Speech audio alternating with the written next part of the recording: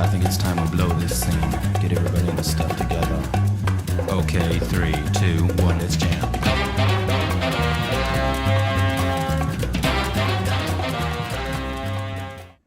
Ladies and Gentiles, it is I, Dick Thunderlips, here with your Week 13 Recaparoo, the final week before the playoffs begin. And folks, it was a hoot and a barn burner, and we're going to give you all the deets right now, so strap yourselves in, because we're going to start things off with Don't Call It a Comeback. Danny Boy's team putting down Tyree, whose team hates him, 101.5 to 87.8. Folks, what can I say?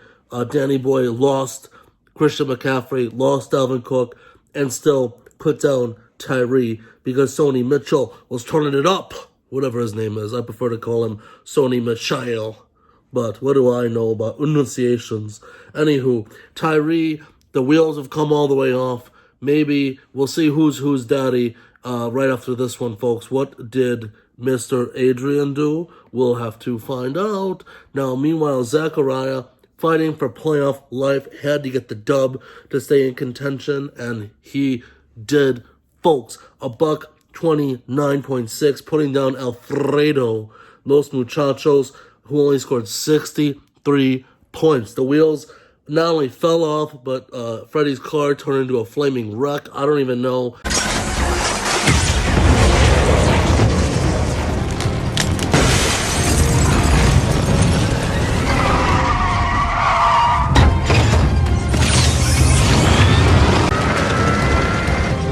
Unless you're Dom Toretto, you can't be driving something that's on fire backwards, but Freddie's trying to make it work. I don't know what's going on.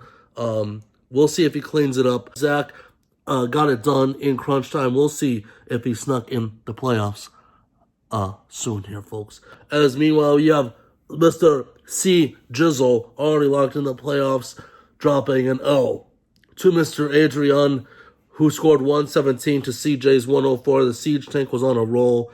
Losing momentum going into, maybe he rested guys. Maybe they're getting ready for the championship, that playoff run. Justin Herbert still doing his thing, but just again, not enough, as Adrian found himself popping off with a few dudes doing the dirty all over CJ. And if you look at final standings, not to give any spoilers, Adrian going to 7-6, folks. That is one better than Tyree. So for now, Adrian is Tyree's daddy. C. Jizzle getting ready for the playoffs, but you know who else is getting ready for the playoffs? Oscarito. Oscarito only scored 88 this week, dropping an L to J. Sex, who scored 124. And in case you were living under a rock or didn't watch the fantasy report last week, J. Sex had to win to be in.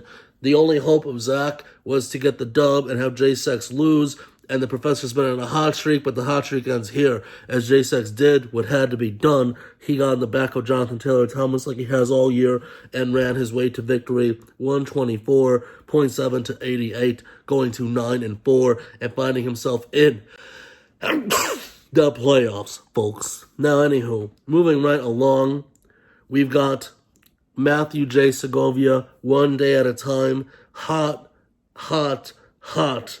against Ricky G, who can't buy a bucket. These two opposites, Matt lost like a bajillion in a row. Matt lost so many in a row. And now he's just on a heater, folks. Matt Segovia drops $138 and puts down Ricky G, who only scored 111. Ricardo goes to 4-9. Matt goes to 4-9. That's right. Matt Segovia's come all the way back from the brink for relevancy here in the 11th hour, and he did it on the back of the hot sauce performance of the week, as George Kittle opened it up and said, "Hey, I know I've been sleeping all year, but I got you, boo." Now, if Kittle can keep uncorking those as the Redemption Bowl rolls on, Matt Segovia's looking pretty, folks. Juice and Jefferson scoring 30. I mean, it's ridiculous, folks, trying to pop off and match Kittle, but again, not enough when your opponent is shitting on your chest. Sorry, Chief. Meanwhile, we're going to get another person that got shit on, as Steven Naramore also locked in the playoffs, strutting his stuff. Steven Naramore dropped a $141 in a statement game, going into the playoffs, going to 9-4, putting down Al. Obi-Wan Mahomey dropping to 5-8. It's been a tough year for Al, but more importantly than that, Al's firmly going to get the swear of the week, could be the swear of the year. Alvin Kamara Mara still in his fucking lineup. Alvin Kamara hasn't played since, like, I don't even know, folks. Like, week 10? Like, we're going to look right now. Hold on. Please hold. Please hold. Week 10. He's been out since he played week 9, folks. It's been a fortnight. It's been quite the time since Alvin Kamara suited up. But according to Al, he's playing every week. Maybe he's handicapped himself. I don't know. But you better clean this up before the Redemption Bowl destruction party starts. So, but there you have it, folks. We'll take a look at the final standings of the regular season. You're going to see Professor Oscarito held on to first place all by his lonesome. Steven Naramore and Jay Sizzle go to 9 and 4s, being second and third place. And C. Jizzle finds himself at 8 and 5 and clutches onto fourth, thanks to tiebreakers, eliminating Zach, who's also 8 and 5 from the playoffs. It's a rough one, folks. Meanwhile, Adrian finished 7 and 6, and he is still Tyree's daddy, as Tyree finished 6 and 7. Freddie dropped to 5 and 8, along with Al, in a heartbreakers all around here.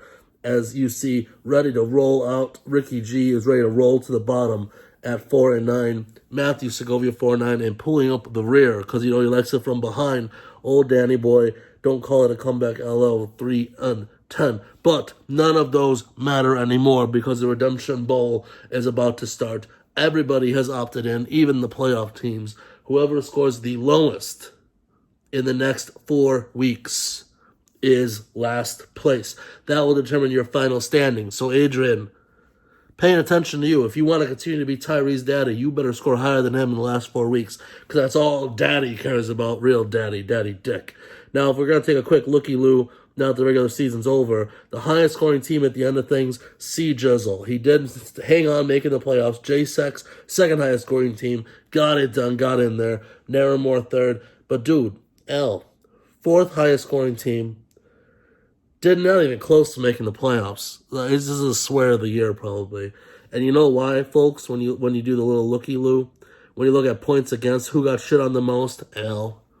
L is numero uno, 15-26, with Danny Boy up there. And surprisingly, C. Jizzle and J. Sex at third and fourth most scored on teams yet. Here they are. Thankfully, they were popping off at the right time. Got it done. And you'll see at the bottom there, Oscarito and Zach showing you how to get it done when you're the lowest scored teams against, folks. So with that in mind, this is it. The playoffs are set. We have got quite the 2-week matchups on deck. The number 1 seed, the Professor Oscarito, will be taking on the number 4 seed, C. Jizzle, head to head for the next 2 weeks. And J. Sex will be your number 3 seed against Steven Naramore, the 2nd seed. All Dan's fault, indeed it is. You're welcome. And that is going to be your playoff clash. And meanwhile, everyone else in the Consolation Battle Royale Destruction Bowl Derby.